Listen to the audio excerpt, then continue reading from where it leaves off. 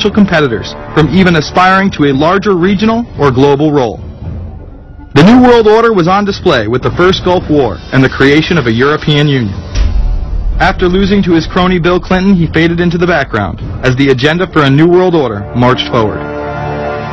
After 1989, President Bush said, and it's a phrase that I often use myself, that we needed a New World Order. We have just exposed many of the globalist operations, including drug dealing, funding terror, dealing arms, and taking over the United States government by stealth. Whenever these agendas were threatened, those who opposed them ended up dead.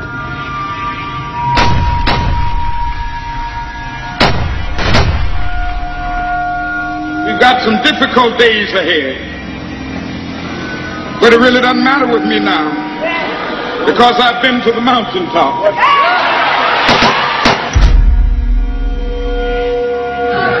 My thanks to all of you, and now it's on to Chicago, and let's win there. Thank you very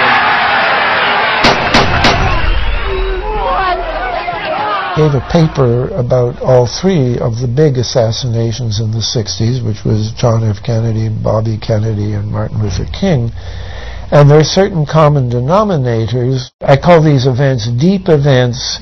We've become accustomed to the idea that every now and then something is going to happen, and we just know from the beginning we're not going to get to the bottom of it. And the more they happen, the more reconciled we've become to this state of affairs. In 1978, the House Select Committee on Assassinations could not ignore there was a conspiracy in regards to the assassination of John F. Kennedy and Martin Luther King Jr. Good evening. A congressional committee has concluded that President John Kennedy and civil rights leader Martin Luther King Jr., both of them, were probably killed as the result of conspiracies. The House Assassinations Committee wound up its 2-year study by recommending that the Justice Department look into both cases.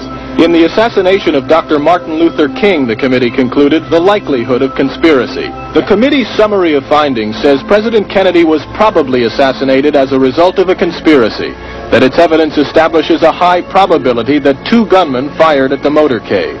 The committee concluded that President Kennedy did not receive adequate Secret Service protection in Dallas, that the CIA was deficient in sharing information before and after, that the Justice Department and Warren Commission failed to pursue possible conspiracies and made their conclusions too definite. There seems to be no debate that the CIA and Secret Service were involved in the assassination, as you can clearly see 2 Secret Service agents being taken away from their positions at the back of Kennedy's vehicle just moments before the assassination. And no matter what you believe about Oswald, it has now been declassified that Oswald was trained by the CIA in 1957 under the cover of the Office of Naval Intelligence. These political assassinations continue to this day. The 11-person jury in the inquest must decide if these stills, never before seen of Diana in the Mercedes and then the crash, are the frantic moments after a tragic accident or the aftermath of a calculated murder. Mr. Al-Fayed? Mohammed Al-Fayed, Dodi's father, has long since made up his mind. I believe that my son and Princess Diana have been murdered by the royal family.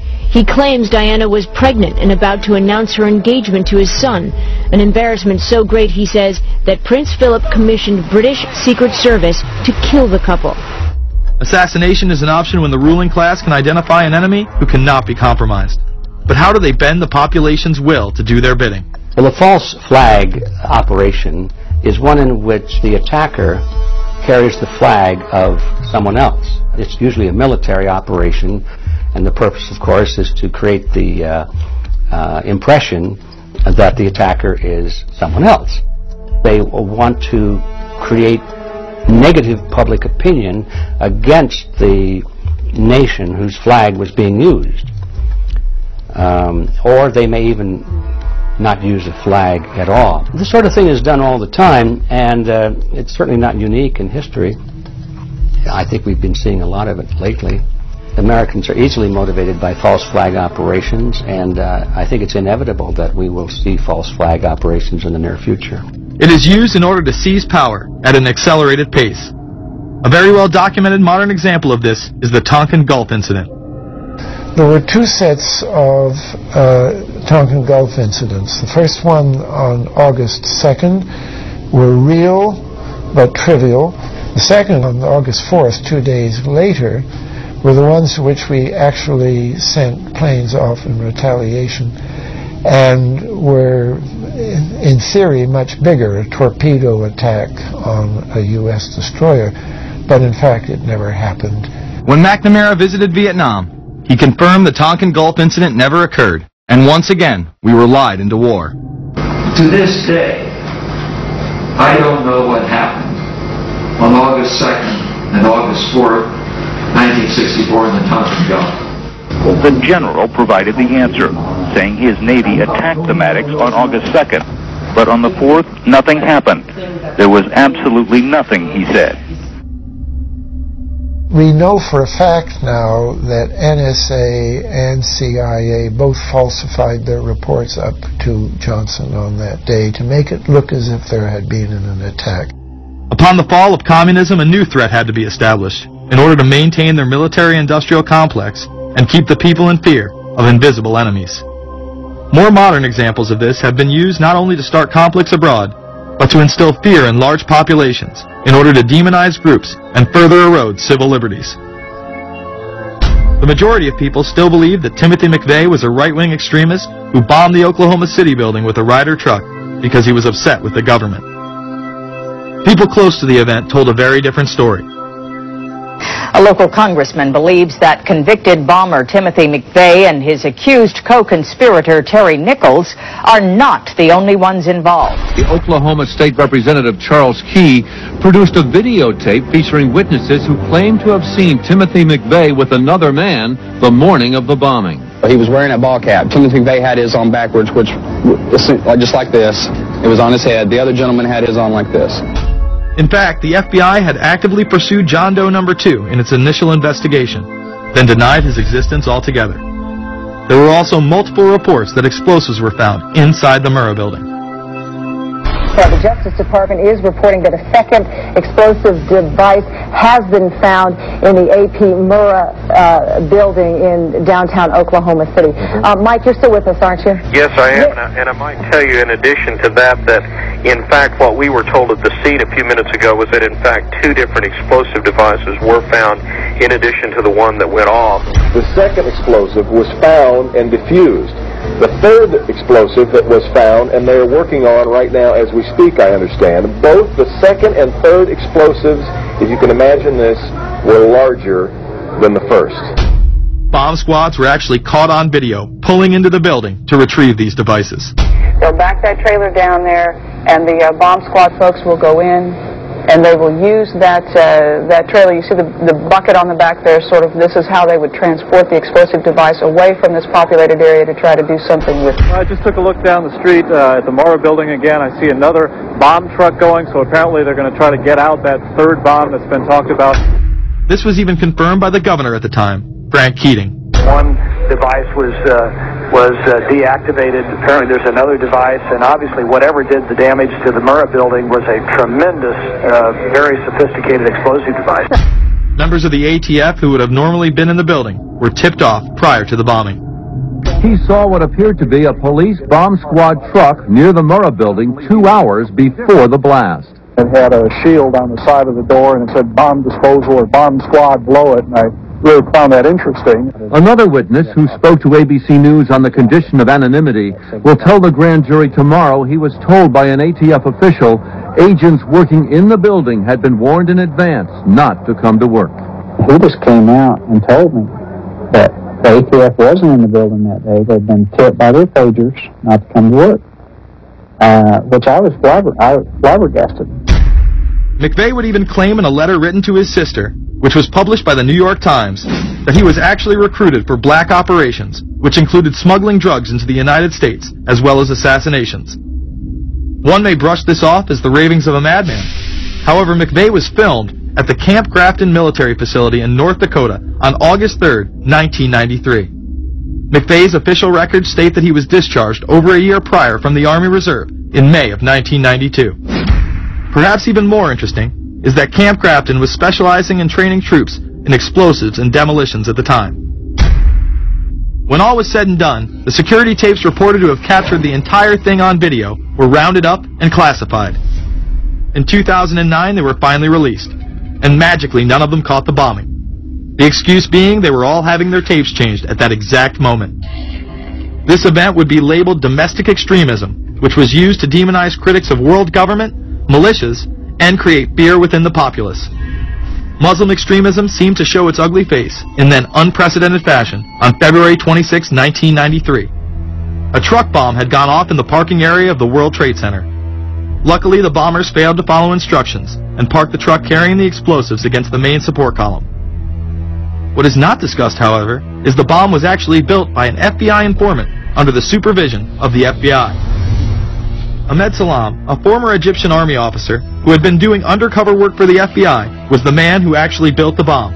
When he was told that he would have to use real bomb-making material instead of harmless substitutes, he became suspicious and began taping his conversations with FBI officials. Last winter, the FBI was praised for its speed in cracking the case of the World Trade Center bombing and bringing 4 suspects to trial.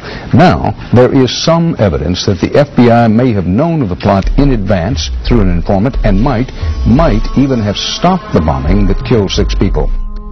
Notice the media emphasizes that they might have been able to stop it.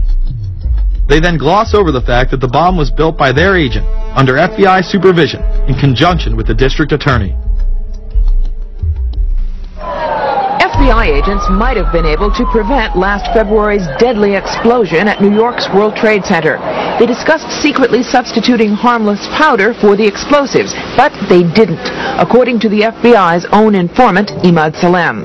Unbeknownst to the FBI at the time, Salam recorded many of his conversations with his handlers. The actual recording where Salam discusses this with his FBI handler, John Antiseb, was released years after the trial. You got paid regularly for good information. I mean, the expenses were a little bit out of the ordinary, and it was really questioned. Don't tell Nancy I told you this. Well, I have to tell her, of course. Well, then if you have to, you have to. Yeah, because, I mean, the lady was being honest, and I was being honest, and everything was submitted with a receipt. Yeah. And now it's questionable. It's not questionable. It's like a little out of ordinary. Okay. You know. All right.